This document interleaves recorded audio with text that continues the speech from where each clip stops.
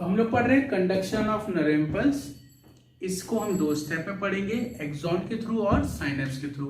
तो first of all हम axon के थ्रू बात करते हैं। अगर हम इसको न्यूरॉन मान लें तो न्यूरॉन का ये वाला जो पार्ट है इसको हम बोलते हैं एक्सॉन। क्या बोलते हैं? एक्सॉन। सपोज करो एक न्यूरॉन ये है, एक इसके बराबर में है, एक उधर है, तो हर दो न्यूरॉन के बीच में एक फाइन गैप होता है। हर दो न्यूरॉन के बीच में एक छोटा सा गैप होता है, उसको हम साइनेप्स कहते हैं। ठीक है, तो साइनेप्स वाला पोर्शन बाद में आएगा, पहले एक्सॉन की बात करें। तो यहां पर मैंने एक न्यूरॉन बनाया है, सामने देखिए। न्यूरॉन के अंदर प्रेजेंट होता है एक्सोप्लाज्म। न्यूरॉन के अंदर का जो लिक्विड पार्ट है उसे हम बोलते हैं एक्सोप्लाज्म, और इसके बाहर जो होता है उसे बोलते हैं ECF, extra cellular fluid. Neuron के अंदर एक्सोप्लाज्म, न्यूरॉन के बाहर ECF, that is extra cellular fluid. Clear हो गया? अब इनकी बात समझते हैं। जो एक्सोप्लाज्म होता है उसके अंदर बहुत सारी चीजें होती हैं, जिसमें मेन है पोटेशियम आयन। इसके अलावा यहां पर बाइकार्बोनेट आयन होते हैं, यहां पर नेगेटिवली चार्ज प्रोटीन प्रेजेंट होती हैं। इसके अलावा भी बहुत सारी चीजें इसमें प्रेजेंट होती हैं, लेकिन इसमें सबसे इंपॉर्टेंट हमारे लिए पोटेशियम आयन। कौन है सबसे इंपॉर्टेंट? पोटेशियम।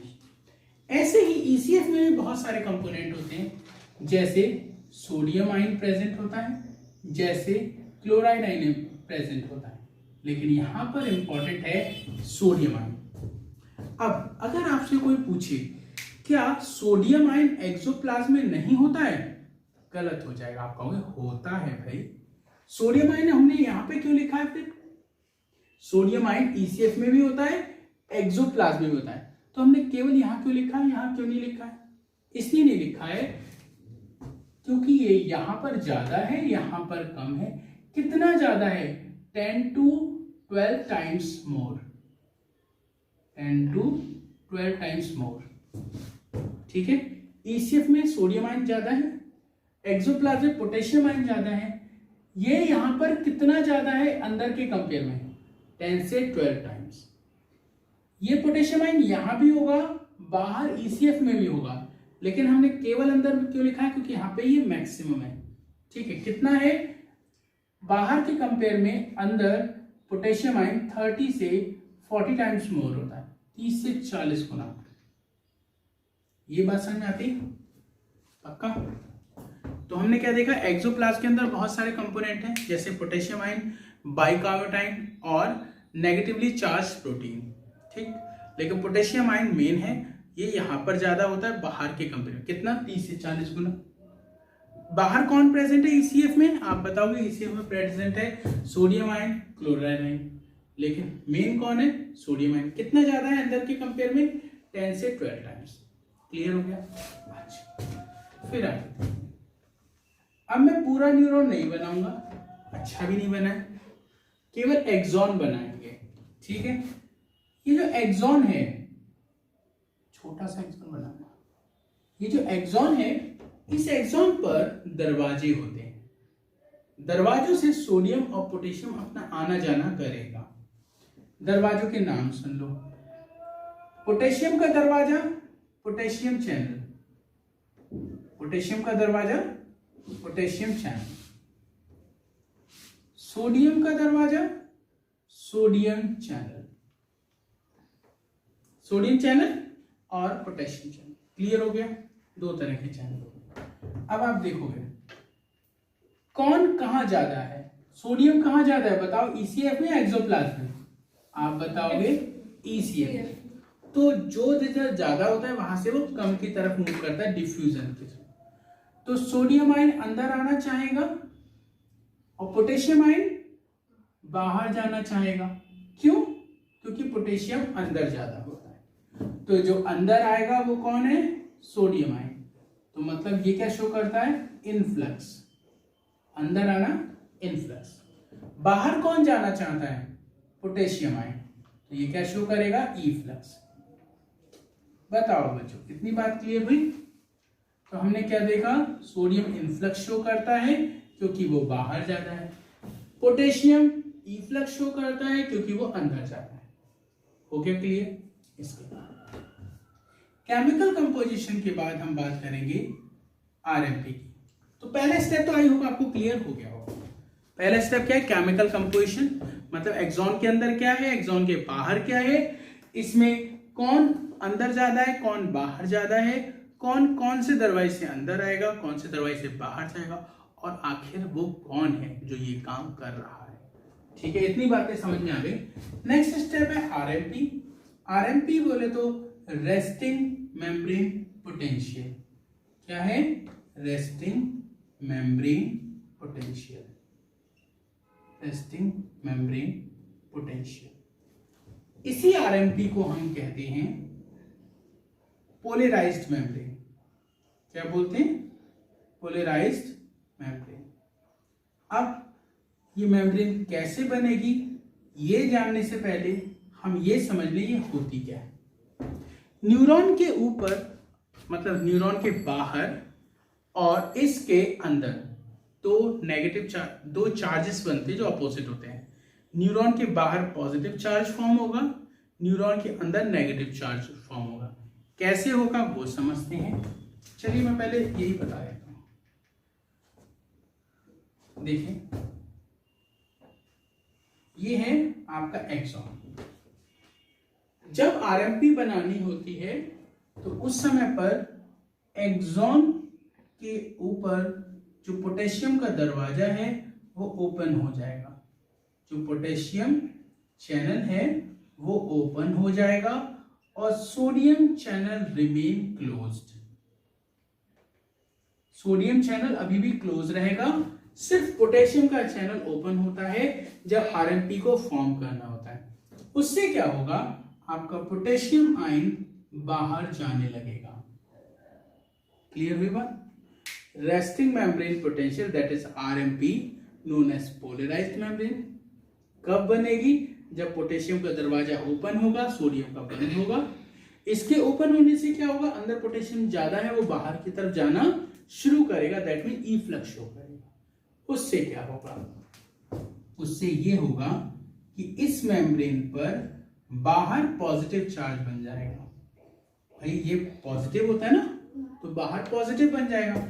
बाहर का मतलब आउटसाइड द न्यूरॉन या आउटसाइड द एक्सॉन मेम्ब्रेन। जितना बाहर पॉजिटिव बनेगा उतना ही अंदर नेगेटिव भी बनेगा। ठीक है, ये देखो, ये नेगेटिव बना दिया हमने। ठीक, इसकी वैल्यू +70 मिलीवोल्ट, इसकी वैल्यू -70 मिलीवोल्ट। जब मेम्ब्रेन पर आउटर साइड पर +70 और इनर साइड पर -70 मिलीवोल्ट का चार्ज बनता है, तब इसको हम बोलते हैं पोलराइज्ड मेम्ब्रेन या आरएमपी मेम्ब्रेन। ये वो मेम्ब्रेन है जो हमारी बॉडी के हर पार्ट पर, बॉडी का कोई भी पार्ट हो, हर पार्ट पर हमेशा बनी रहती है। अगर ये नहीं होगी तो हम पैरालाइज्ड हो जाएंगे। समझ में आ रही बात? फिर से समझो, ये मेरा हाथ है, पता लगा? यहां पे पता लगेगा, यहां पे पता लगेगा, यहां पे पता लगेगा। बॉडी के किसी भी पार्ट को आप टच करो, पता लगेगा, और हर समय पता लगेगा। वो किसकी वजह से? इसकी वजह से। ठीक है, अगर आरएमपी हमारे न्यूरॉन पर नहीं बनी हुई है, अगर आरएमपी हमारे न्यूरॉन पे नहीं बनी है तो मतलब इंपल्स रिसीव नहीं हो सकती, जैसा पैरालिसिस में होता है। अगर मैं अभी अपने हाथ से कहूं चलो भाई खड़े हो जाओ, ऐसे हो जाएगा। और अगर ये पैरालाइज्ड है तो ये खड़ा नहीं होगा, ऐसे मुझे ऐसे करके उठा के रखना पड़ेगा। आज भाई अरे कहाँ जा रहा? ठीक है, उठ नहीं रहा। क्लियर हो गई बात? तो आरएमपी वो मेम्ब्रेन है जो इंपल्स को रिसीव करने के लिए जिम्मेदार होती है। यहां तक तो कोई डाउट नहीं होगा। अब दो वर्ड्स हैं, एक है स्टिमुलस, एक है इंपल्स। क्या डिफरेंस है? स्टिमुलस हमारे एनवायरनमेंट में होने वाला कोई भी चेंज हो सकता है। जैसे मैं अभी यहां बैठा हूं, चारों तरफ से ब्लोअर चला दो मेरे ऊपर तो मुझे गर्मी लगने लगेगी। क्या उस हीट का मुझे सेंसेशन हो रहा है या नहीं हो रहा है? हो रहा है। क्या पहले ये हीट थी? नहीं। तो मेरे चारों तरफ के एनवायरनमेंट में चेंज हुआ और मैंने उसको समझा और उसके अकॉर्डिंग रिस्पॉन्स किया।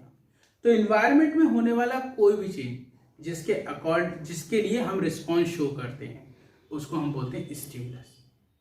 जैसे मान लो ये न्यूरॉन है, इसको बाहर से जो रिसीव होगा सेंसेशन, बाहर से जो सेंसेशन रिसीव होगा दैट इज कॉल्ड स्टिमुलस।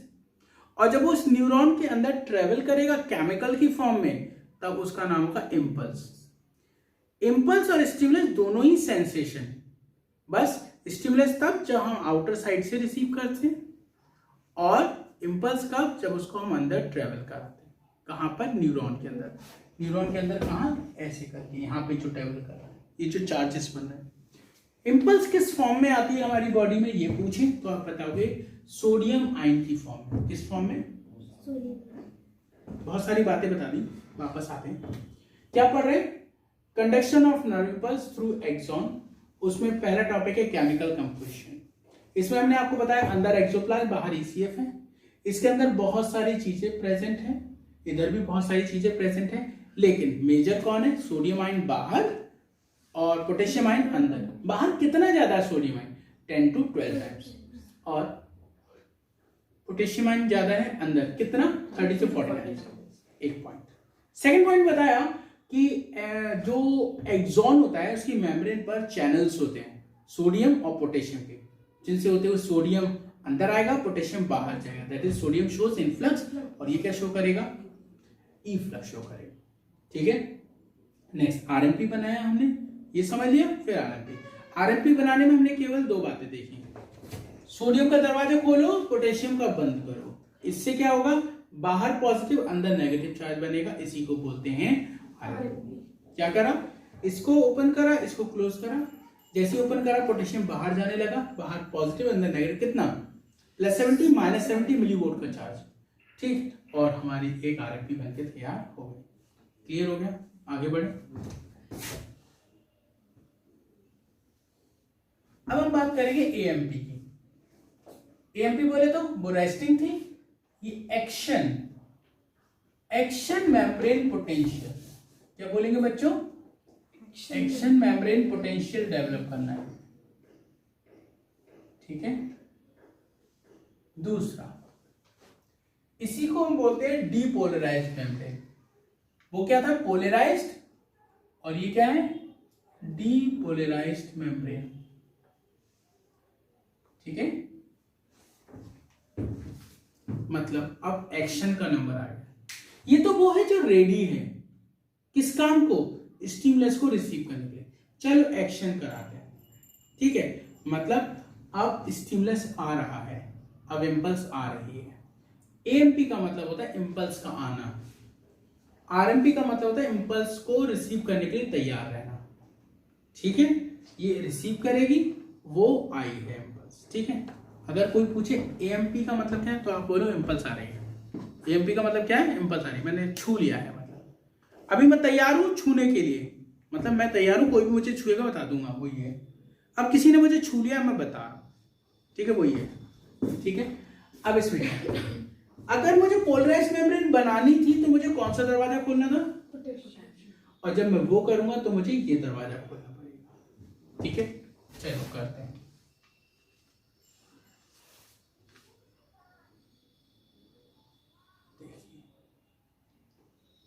ये हो गया। ये कौन सा दरवाजा है? सोडियम का नहीं है, पोटेशियम का है, जिसको हमें क्लोज रखना है। ये किसका दरवाजा है? सोडियम का। इस दरवाजे को हमें क्या करना है? ओपन करना है। जब पोटेशियम का चैनल क्लोज रहेगा, सोडियम का ओपन होगा, तो उससे क्या होगा? सोडियम अंदर आएगा, सिंपल सा है। Na पॉजिटिव अंदर आएगा। ठीक। Na पॉजिटिव कैसा चार्ज होता है? पॉजिटिव। तो अंदर पॉजिटिव की वैल्यू बढ़ेगी। इसमें क्या सोचना है? Na पॉजिटिव कैसा चार्ज होता है? कितना सोच रहे हैं? मुंह से बोल रहा हूँ पॉजिटिव भी, पॉजिटिव हाईली पॉजिटिव होता है। देखो ध्यान से सुनना, ये न्यूरॉन है, इस पर इम्पल्स कभी ऐसे नहीं आती। ये न्यूरॉन है, इस पर इम्पल्स कभी ऐसे नहीं आती, इम्पल्स ऐसे आती है। इसका क्या मतलब है? इसका मतलब ये पूरा न्यूरॉन एक बार में इम्पल्स रिसीव नहीं करता है। इम्पल्स पहले इतना सा पोर्शन रिसीव करेगा, फिर और बढ़ेगा, फिर और बढ़ेगा, फिर और बढ़ेगा। ठीक है, तो इम्पल्स स्टेप बाय स्टेप आती है। तो देखो जैसे मान लो ये न्यूरॉन है, इसके केवल इतने से पार्ट्स में इम्पल्स आई है, इधर इम्पल्स नहीं आई है। अभी कहाँ आई है? इधर।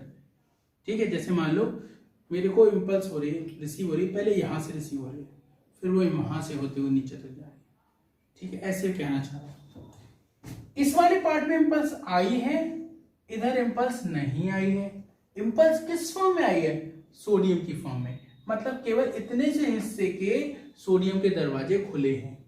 तो जब सोडियम अंदर आएगा तो अंदर कौन सा चार्ज बन जाएगा? बोलो। अंदर पॉजिटिव चार्ज बनेगा, बाहर कौन सा बनेगा? नेगेटिव। जितना अंदर पॉजिटिव हो जाता है उतना ही बाहर नेगेटिव हो जाता है। ये है +35 मिलीवोल्ट, ये है -35 मिलीवोल्ट। वैल्यू क्या थी? -70 थी, अब वो बढ़ते बढ़ते +35 हो गई। इतना सोडियम अंदर आ गया। बाहर कैसी थी? प्लस की वैल्यू थी, अंदर इतना पॉजिटिव चला गया कि बाहर की वैल्यू घटते घटते घटते घटते पहले 0 ही होगी, फिर 0 में भी आगे चली गई माइनस में, -30। यहां पर इंपल्स आ गई है, लेकिन यहां पर अभी इंपल्स नहीं आई है, तो यहां क्या प्रेजेंट है? आरएमपी। ठीक है, तो आरएमपी का मतलब क्या होता है? बाहर पॉजिटिव, अंदर नेगेटिव। कितना? बाहर +70, अंदर -70। अगर ऐसा आपको दिख रहा है तो ये आरएमपी है, अगर ऐसा आपको दिख रहा है तो ये एएमपी है। अब क्या होगा? ये इम्पल्स इधर चली जाएगी, इम्पल्स अब और आगे जाएगी ना, तो लो भाई इम्पल्स अब यहां आ गई है, पहले यहां पर थी, वो भी यहां आ गई है, और यहां भी पहुंची नहीं है। तो जहां नहीं पहुंची वहां भी क्या होगा? स्टिल आरएमपी होगी। आरएमपी का मतलब बाहर पॉजिटिव, अंदर नेगेटिव। इम्पल्स कहां आई है? यहां पर आई, तो अंदर पॉजिटिव, बाहर नेगेटिव। ठीक, कहां से आई? यहां से आई। जब इम्पल्स यहां से यहां चली जाएगी तो यहां पर क्या होगा? यहां पे दोबारा से आरएमपी बनाई जाएगी, वरना अगला इम्पल्स कैसे पता लगेगा?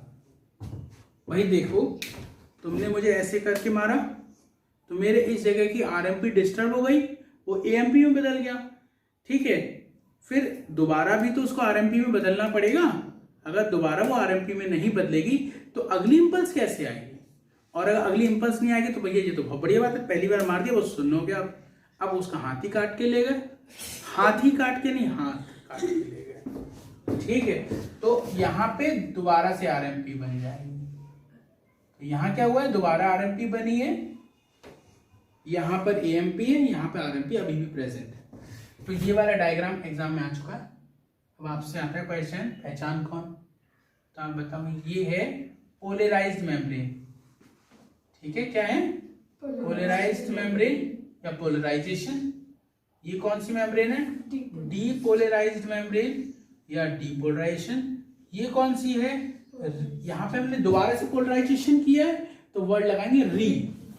डी मतलब डिस्टर्ब, री मतलब अगेन, रीपोलराइजेशन या रीपोलराइज लिख देता हूं। ठीक है, ये क्वेश्चन था, ABC भरना था, कौन सा री है कौन सा डी है। ठीक है, समझ में आ गया? अब इम्पल्स कहाँ जाएगी? अब इम्पल्स यहाँ जाएगी और यहाँ दोबारा से क्या बन जाएगी? आरएमपी। तो मतलब ऐसी कहानी चलती रहेगी जब तक एंड तक नहीं पहुंच जाता। यहाँ पर दोबारा से आरएमपी बन गई और यहाँ पे क्या है? एएमपी। ठीक है, बोलो बच्चों, आ रही समझ? ग्रेट।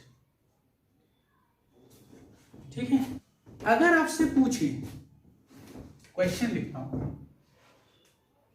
+70 मिलीवोल्ट -70 मिलीवोल्ट, दोनों में से कौन आरएमपी को रिप्रेजेंट कर रहा है? तो क्या बताओ? अगर मैं यहां पे ये लिखता +70 और +35 और मैं पूछता इनमें से कौन AMP को रिप्रेजेंट कर रहा है? जी बता दिए, तो बुक ही नहीं बता पाया क्योंकि उसमें दोनों एक ही की दे रखी थी, है ना। जब कभी भी इस तरह का क्वेश्चन आएगा तो हम इनर साइड की वैल्यू देखेंगे। अगर आपसे पूछे RMP कौन शो कर रहा है, -70, प्लस नहीं बोलेंगे, माइनस बोलेंगे। अगर आपसे पूछे AMP कौन कर रहा है, तो आप बताओगे +30, माइनस नहीं। क्यों? या तो दोनों ऑप्शन हो, +70 -70 दोनों, बोथ वाला ऑप्शन हो। नहीं हो तो अंदर वाला क्यों नहीं है? क्योंकि इम्पल्स अंदर ट्रेवल करती है, ना कि बाहर। ठीक है, समझ में आ गई? कर लोगे? यहां तक बात समझ में आ गई। इसी तरह से काम चलता रहता है एंड। ठीक, तो आपको ये भी समझ में आ गया कि RMP हमेशा होती है, कैसे बनती है भी समझ में आ गया। इम्पल्स आती है तो AMP बनती है, कैसे बनती है भी समझ में आ गया। ये भी समझ में आ गया, जब AMP आगे जाती है तो दोबारा से RMP बन जाती है, ये समझ में आ गया। आपको ये भी पता है RMP कैसे बनती है, आपको ये भी पता है AMP कैसे बनती है आपको, लेकिन ये नहीं पता है रिपोलराइजेशन कैसे होता है, दोबारा से पोलराइजेशन कैसे होता है। जैसे पहली बार पोलराइजेशन हुआ था ऐसी दूसरी बार हो जाएगा। सिंपल सा फैक्ट है, इसमें सोचने नहीं है कुछ, लेकिन सोचने वाली बात लेके आऊंगा मैं, जरूर चलो करूंगा। देखो क्या होगा,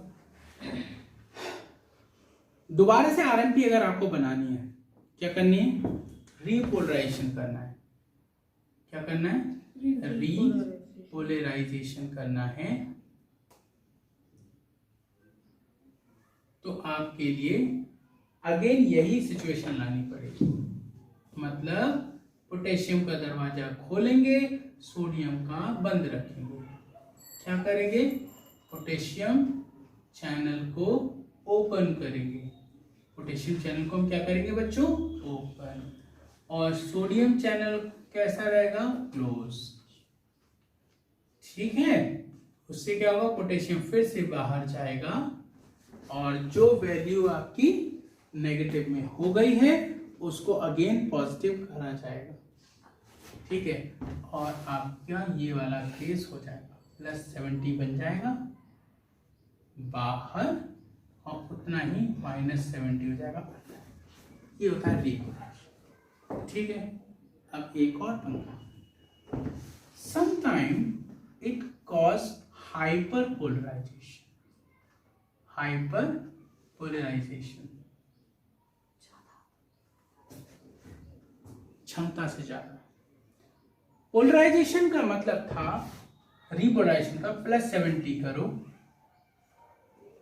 अंदर -70 करो, लेकिन कई बार नौटंकी हो जाती है, ये अपनी लिमिट को एक्सीड कर जाता है, +70 की जगह +85 हो जाता है, -85 हो जाता है, ओवर हो जाता है। कितना ज्यादा हो गया? 15 यूनिट बढ़ गए। तो क्या करें? मैंने कहा तुम ज्यादा चले गए, पोटेशियम बाहर, अंदर आ जाओ। तो बोले ना, मैं सिर्फ बाहर जाता हूं, अंदर नहीं आता। मैंने कहा एक काम करो, सोडियम भाई तुम अंदर हो? बोले हाँ अंदर। तुम बाहर जाओ। बोले ना, हम तो नहीं जाएंगे बाहर, हम सिर्फ अंदर ही आते हैं। तो जब बच्चा बात नहीं मानता है तो पहले मम्मी समझाती है, बेटा मान जाओ, तुम अपने घर जाओ, तुम अपने घर जाओ। जब नहीं मानते तो चप्पल लगा के मुंह पे, ठीक, तब इसकी चप्पल पड़े। हाइपर पोलराइजेशन को जब दोबारा से रीपोलराइज किया जाता है, पहले तो रीपोलराइजेशन समझ में आई है, जब हाइपर पोलराइजेशन को हमें दोबारा से रीपोलराइज करना होता है, दोबारा से हाइपर पोलराइजेशन को नॉर्मल करना होता है, तो हमें एक सिस्टम का इस्तेमाल करना पड़ता है, इसका नाम होता है सोडियम पोटेशियम पंप। तो हाइपर पोलराइज्ड मेम्ब्रेन रीपोलराइज्ड कैसे होगी? बाय सोडियम पोटेशियम पंप, या फिर बाय सोडियम पोटेशियम शंट। ठीक, जब ये काम करते हैं तब 3 सोडियम और 2 पोटेशियम को अपोजिट डायरेक्शन में एक्सचेंज कराते हैं। कौन सी? ये अंदर आता है, इसका क्या कराएंगे, इफ्लक्स। ये बाहर जाता है, इसका इनफ्लक्स कराएंगे। ठीक है, कितने रेशियो में, 3:2 के रेशियो में। ठीक है, सोडियम 3 पोटेशियम 2, किसकी हेल्प से, उस पंप की हेल्प से। और पिटाई होती तो एनर्जी खर्च होती है, मतलब इसमें एटीपी यूज होता है। और एटीपी के यूज करने के लिए एंजाइम चाहिए होता है, एटीपेज एंजाइम रिक्वायर्ड। क्लियर हो गया? ठीक है, तो आपने क्या बताया, नॉर्मली तो ऐसे ही हो जाता है, लेकिन अगर हाइपरपोलराइजेशन हो गया तो उसको हम ठीक कैसे करेंगे, by the process of repolarisation. Repolarisation में क्या होता है, सोडियम पोटेशियम शंट या सोडियम पोटेशियम पंप का इस्तेमाल होता है, और 3:2 के रेशियो में सोडियम और पोटेशियम का अपोजिट डायरेक्शन एक्सचेंज होता है, और इस प्रोसेस में एटीपी खर्च होते हैं, एटीपेज एंजाइम की प्रेजेंस में, और हमारा प्रोसेस कंप्लीट हो जाता है। तो थ्रू एक्सॉन कंप्लीट हो गया। हम बात करेंगे थ्रू साइनेप्स। साइनेप्स क्या होता है, दो न्यूरॉन के बीच में एक पतला सा गैप होता है, फाइन गैप या फिर थिन क्लेफ्ट कहते हैं उसे। ठीक है, क्या बोलेंगे, साइनेप्स। तो अगर आपसे पूछे साइनेप्स क्या है, तो आप बताओगे a fine gap between two neurons is called synapse. ठीक है, ऐसे समझ लो, एक न्यूरॉन ये है, एक ये है, एक ये है, तो ये वाला जो स्पेस है इसको हम साइनेप्स कहते हैं। ठीक, तो देखो न्यूरॉन के एंड पार्ट को हम बोलते हैं साइनेप्टिक नॉब। न्यूरॉन को जब देखोगे तो न्यूरॉन कुछ इस तरह का होता है, इस तरह का होता है। ये जो किनारे वाले एंड होते हैं फूले हुए होते हैं। ठीक है, अब देख लो यहाँ पे, ठीक, यहाँ पे होती है डेंड्रॉन्स। तो सबसे पहले इंपल्स को कौन रिसीव करेगा, ये डेंड्रॉन है, इनकी ब्रांच होती है डेंड्राइट्स। तो इंपल्स को रिसीव करेगा डेंड्राइट्स, फिर वो जाएगा डेंड्रॉन के पास, फिर जाएगा साइटोन के पास, फिर एक्सॉन के पास, टीलोडेंड्रॉन के पास, फाइनली इस जगह पे आएगा, इसका नाम बटन या साइनेप्टिक नॉब, वो ये बनी है।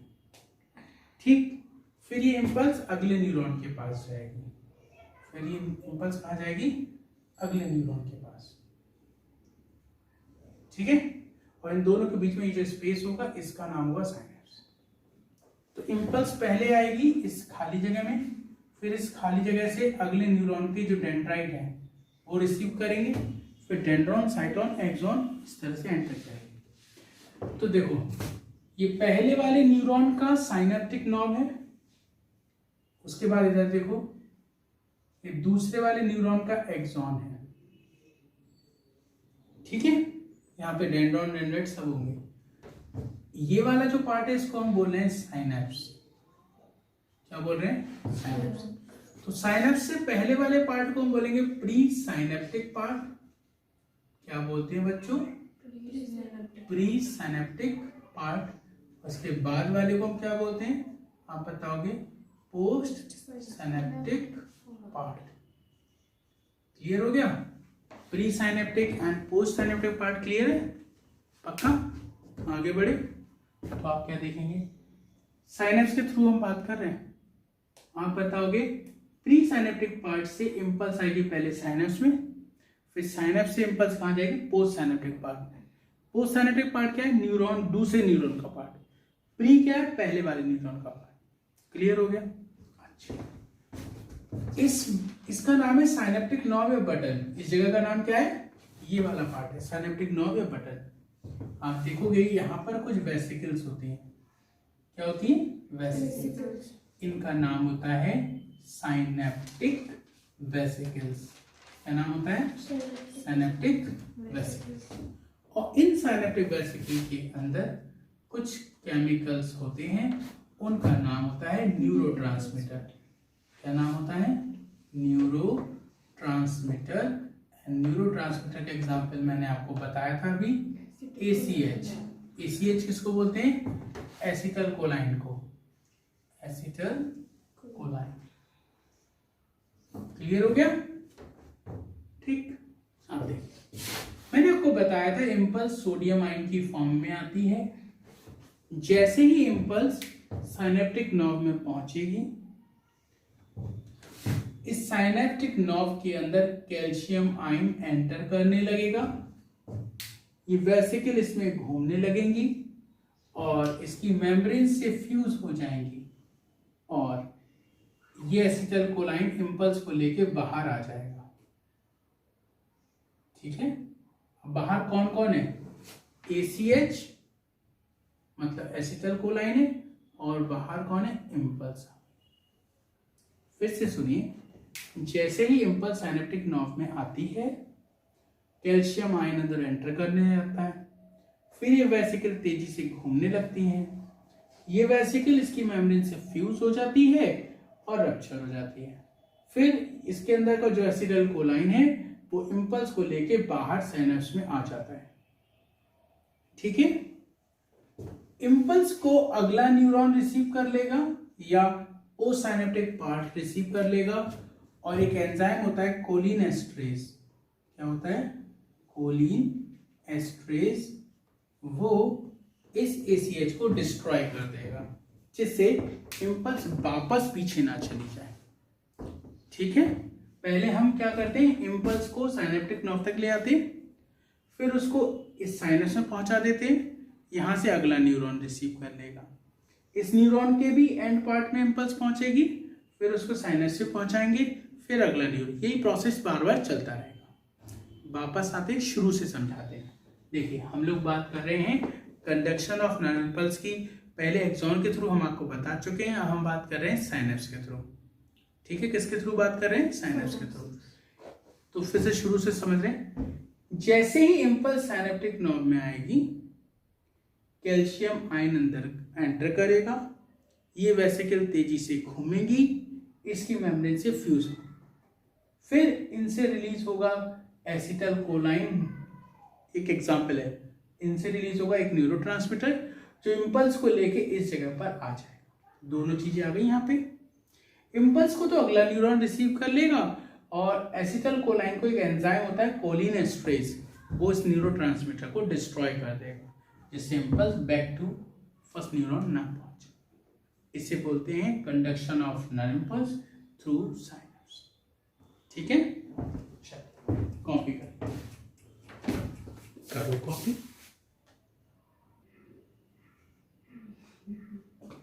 चलिए, अब हमारा नेक्स्ट टॉपिक है, क्या है next topic? Receptor organs. Nervous system वाला पार्ट कंप्लीट हुआ, हम बात करेंगे रिसेप्टर ऑर्गन्स। ठीक है, अब रिसेप्टर ऑर्गन्स होते क्या है?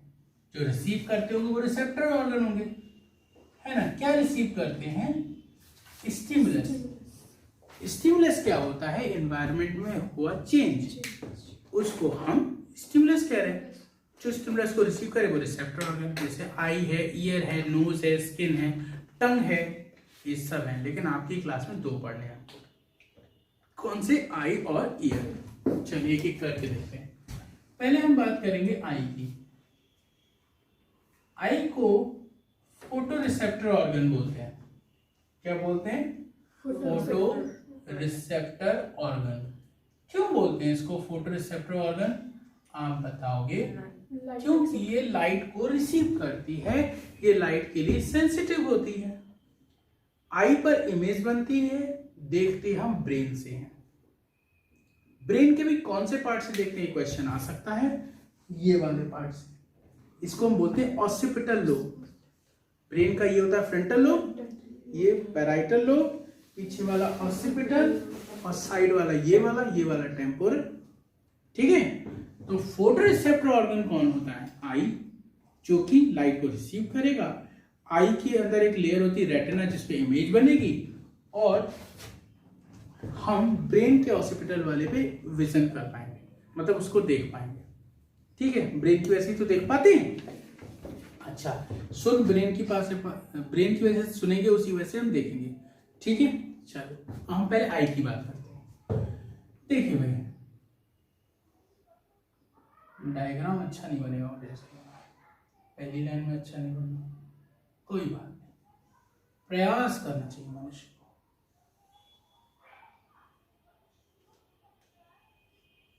ठीक, काम चल जाएगा। हमारी आई को आई नहीं कहते, आई बॉल कहते हैं। आई को क्या कहते हैं? आई नहीं, आई बॉल कहते हैं। बॉल यूनिफॉर्मली एक जैसी होती है, लेकिन ये यूनिफॉर्मली एक जैसी नहीं है। ये पीछे से तो बॉल जैसी थी, लेकिन आगे की तरफ थोड़ा सा प्रोट्रूटेड है। प्रोट्रूटेड, प्रोट्रूटेड का मतलब प्रोजेक्टेड पार्ट, ऊपर की तरफ निकला हुआ, उभरा हुआ। ठीक है, तो ये आई हो गई। हम यहाँ पर 3 लेयर्स पढ़ाएंगे, आई की 3 लेयर्स पढ़ाएंगे। फर्स्ट वन स्क्लेरा, उसको हम स्क्लेराइड भी कहते हैं। Second one choroid, third one retina. तो सबसे पहले स्क्लेरा, ये जो लेयर दिख रही है इसका नाम है स्क्लेरा। हम अपनी आई देखते हैं, थोड़ा सा मैं बता भी देता हूँ। ये करीना कपूर की आई बना दी हमने, गुस्सा हो जाएंगे करीना कपूर, ठीक बेकार आई बना रहे हो। देखो आई का ये वाला पार्ट होता है, इसका नाम होता है स्क्लेरा, जो आपको वाइट वाइट दिखता है। ठीक है, फिर बीच में सर्किल है, 2 सर्किल, एक आउटर सर्किल, इसको बोलते हैं आइरिस, एक इनर सर्किल, इसको बोलते हैं प्यूपिल। ठीक है, तो आउटर लेयर का नाम क्या हो गया? स्क्लेरा या स्क्लेराइट। ठीक है, क्या बोलेंगे? स्क्लेरा या स्क्लेराइट। फिर उसके बाद अगर आप ध्यान से देखो तो ये आउटर लेयर है, इसका पीछे वाला पार्ट तो वाइट है, जो हमें वाइट वाइट दिखता है, वाइट और नॉन ट्रांसपेरेंट होता है। लेकिन इसका ये वाला जो आगे वाला पार्ट है ये ट्रांसपेरेंट है, और इसका नाम होता है कॉर्निया। कहते हैं ना आई ट्रांसप्लांट कराया जा रहा है, तो आई ट्रांसप्लांट में कॉर्निया ही ट्रांसप्लांट होता है। क्वेश्चन आ सकता है why cornea transplantation is easy. तो आप बताओ, इजी इसलिए है क्योंकि ये नॉन वेस्कुलर नेचर की होती है। नॉन वेस्कुलर का मतलब, नॉन वेस्कुलर का मतलब होता है इसमें ब्लड वेसल्स नहीं है, तो इसको काट के आसानी से दूसरी जगह पहुंचाया जा सकता है। ठीक है, तो ये देखो, ये आई का पार्ट है, इसे हम बोलते हैं कॉर्निया। कैसा होता है कॉर्निया? ट्रांसपेरेंट। ये इसकी आउटर लेयर है, इसका नाम है स्क्लेरा या इसको स्क्लेराइट कहते हैं। ये व्हाइट और ओपेक है। ओपेक मतलब नॉन ट्रांसपेरेंट। ये व्हाइट व्हाइट दिख रहा है, इसके आर पार हम थोड़ी देख पा रहे हैं, तो ओपेक हुआ। उसके बाद आप क्या देखोगे, यहां पर एक मिडिल लेयर है, और उस मिडिल लेयर का नाम होता है कोरोइड।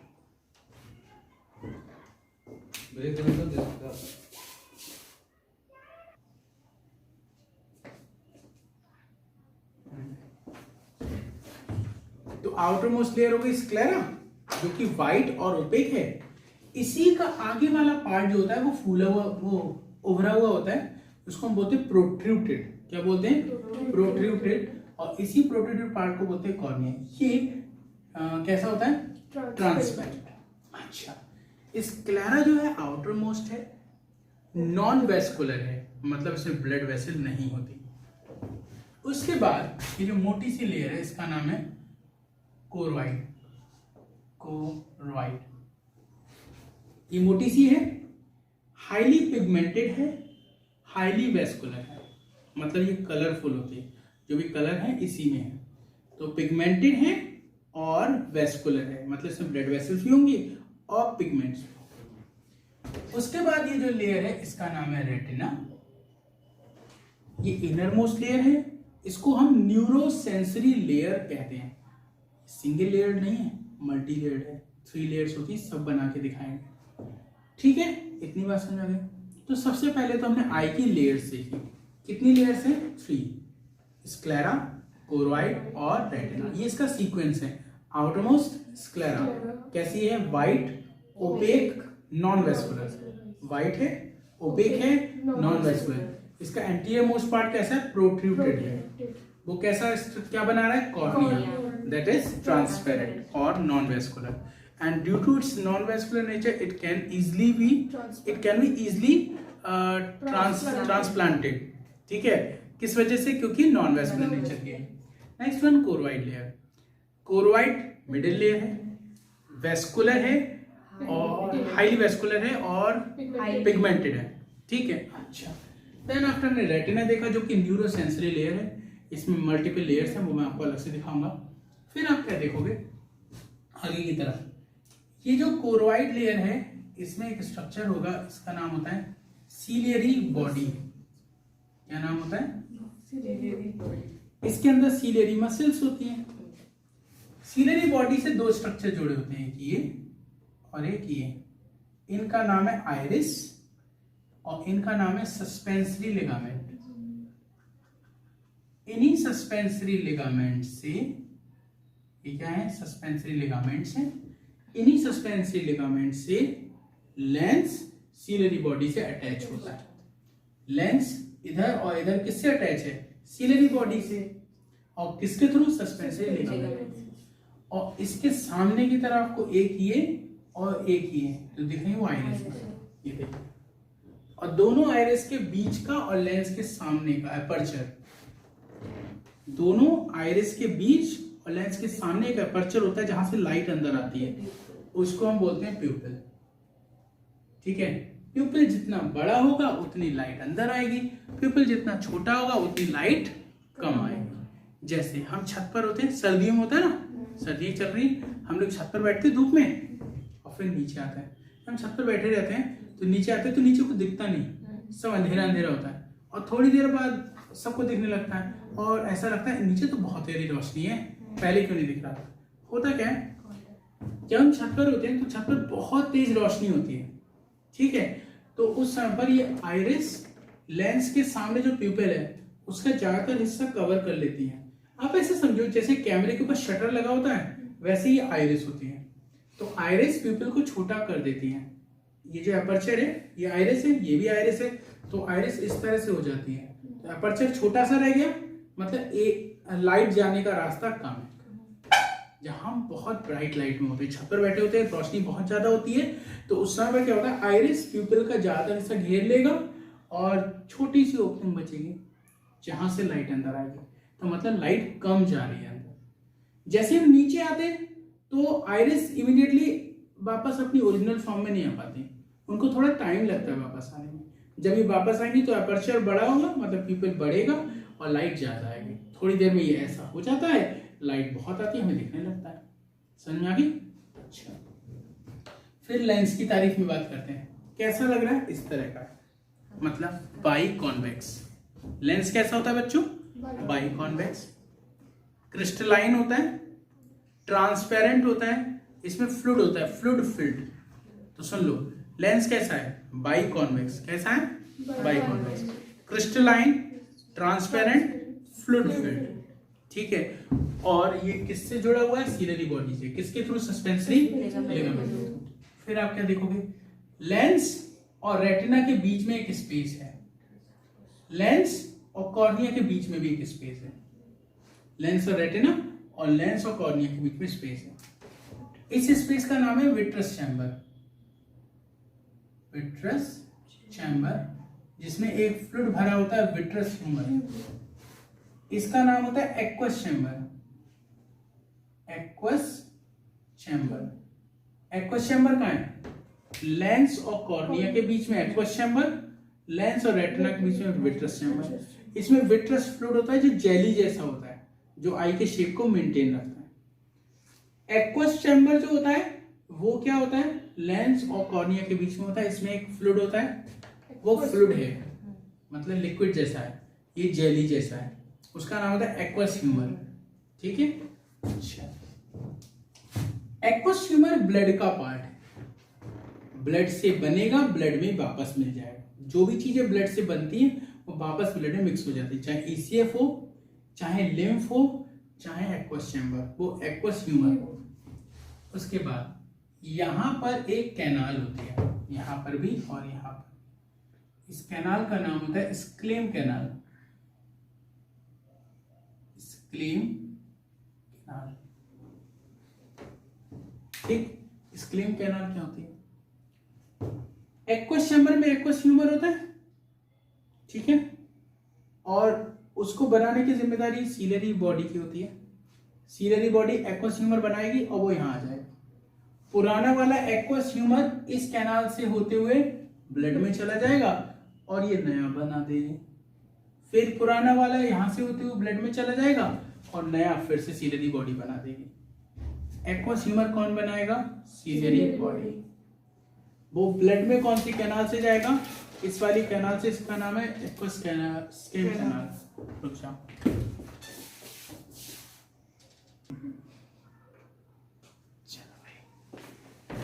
तो देखो सीलरी बॉडी ने एक्वस ह्यूमर बनाया, वो एक्वस चैम्बर में गया। फिर जब वो पुराना हो गया तो स्क्लेम कैनाल से ब्लड में मिल गया। ब्लड का ही तो पार्ट होता है। सीलरी बॉडी भी कैसे बना लेगी? इसके पास ब्लड वेसल होंगी, उन्हीं ब्लड वेसल से तो बनेगा। ठीक है, चलो। अगर स्क्लेम कैनाल ब्लॉक हो गई तो क्या होगा? अंधे हो जाओगे। अगर स्क्लेम कैनाल ब्लॉक हो गई तो इसके अंदर का एक्वस ह्यूमर ब्लड में नहीं जाएगा, वो यहीं पर इंक्रीज होता रहेगा। एक इंक्रीज हो जाएगा तो वो लेंस से प्रेशर लगाएगा, लेंस इधर की तरफ दबेगा, उससे यहाँ पे जो जेली जैसा होता है विट्रस ह्यूमर, उस पर प्रेशर पड़ेगा, वो रेटिना पे प्रेशर लगाएगा, रेटिना डैमेज हो जाएगा, हम अंधे हो जाएंगे। इसको बोलते हैं काला मोतियाबिंद। क्या बोलते हैं? काला मोतियाबिंद। एक होता है व्हाइट, एक होता है ब्लैक। इसको एक और भी नाम बोलते हैं काला मोतियाबिंद, ग्लूकोमा। किसकी माँ? ग्लूकोमा। ठीक है, अच्छा, इतनी बातें समझ आ गई। उसके बाद इस कॉर्निया के ऊपर एक प्रोटेक्टिव कवरिंग है, इसका नाम है कंजक्टिवा। क्या नाम है? अगर इसमें इंफेक्शन हो गया तो कंजक्टिवाइटिस होती है और उसको हम आई फ्लू भी कहते हैं। आंखें लाल लाल हो जाती हैं और पानी आने लगता है, छोटी छोटी हो जाती हैं। ठीक है, चाइनीज जैसे। उसके बाद कंजक्टिवा हमारी बॉडी की सबसे पतली membrane, thinnest membrane of our body. कौन? कंजक्टिवा। कौन? कंजक्टिवा। इसके बाद ये क्या है? इसको हम बोलते हैं आईलिड। क्या बोलते हैं? आईलिड। जानते हो? ये है आईलिड, चल रही है, ये आईलिड है। और इस पर ये जो हेयर लगे हुए इन्हें कहते हैं आईलैशेस। तो ये नुकीले नुकीले दिख रहे हैं ना, ये कोई भाला थोड़ी है, ये आईलैशेस है। ठीक, हेयर लाइक स्ट्रक्चर है, इसका नाम है आईलैशेस। आ गई? बधाई। आईलैशेस। ठीक, आईलिड, आईलैशेस और ऊपर होती है आईब्रो। ये आई की प्रोटेक्शन के लिए है। किसके लिए? आई की प्रोटेक्शन के लिए। कौन कर रहा है आई की प्रोटेक्शन? आईलिड, आईलैशेस और आईब्रोज। ठीक, समझ में आ गया? यहां तक कोई दिक्कत मुझे नहीं लगता होती है। आई का स्ट्रक्चर हमारा क्लियर हो गया। फिर आगे रेटिना पर ये वाला जो पार्ट है इसको हम बोलते हैं येलो स्पॉट, क्योंकि येलो कलर का है। ठीक है, इसको कॉर्पस ल्यूटियम भी कहते हैं। Sorry, corpus luteum. गड़बड़ हो गई,